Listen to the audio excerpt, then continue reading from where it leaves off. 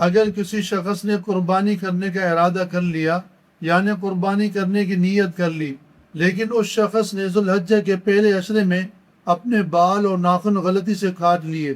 تو کیا اس شخص کی قربانی ہوگی یا نہیں ہوگی؟ تو سب سے پہلے حدیث پاک کو سن لیجئے۔ حضرت سلمہ رضی اللہ تعالی عنہ سے روایت ہے کہ آپ صلی اللہ علیہ وسلم نے ارشاد فرمایا کہ جب ذو الحجہ کا پہلا عشرہ شروع ہو جائے اور تم میں سے کسی کا قربانی کرنے کا ارادہ ہو تو بال اور ناخن یا کھال کا کچھ حصہ نہ کاٹے یہاں تک کہ وہ قربانی کر لے۔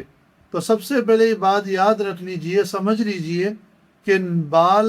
اور ناخن اور جسم کی صفائی نہ کرنا یہ قربانی کرنے والے شخص کے لیے مستحب عمل ہے، نہ کاٹے تو زیادہ بہتر ہے، مستحب عمل ہے۔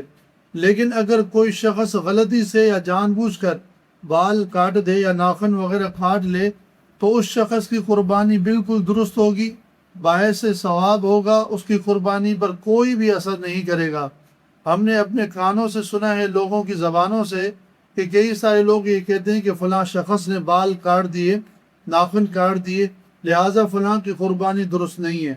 تو اس طرح کے الفاظ کہنا یا کسی مسلمان بھائی کو اس طرح کے جملے کہنا کہ آپ کی قربانی درست نہیں ہوئی اس لیے کہ آپ نے بال کاٹے یا آپ نے ناخن کاٹے،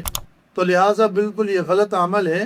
تو لیکن یہ کہ اگر کسی شخص نے بال یا ناخن کاٹ لیے چاہے غلطی سے یا جان بوجھ کر، تو وہ آدمی مستحب کا جو عمل ہے، جو مستحب کی فضیلت ہے، اس سے محروم ہو جائے گا، لیکن قربانی کا اجر و ثواب اس شخص کو پورا ملے گا، اس کے ثواب میں کوئی کمی نہیں آئے گی۔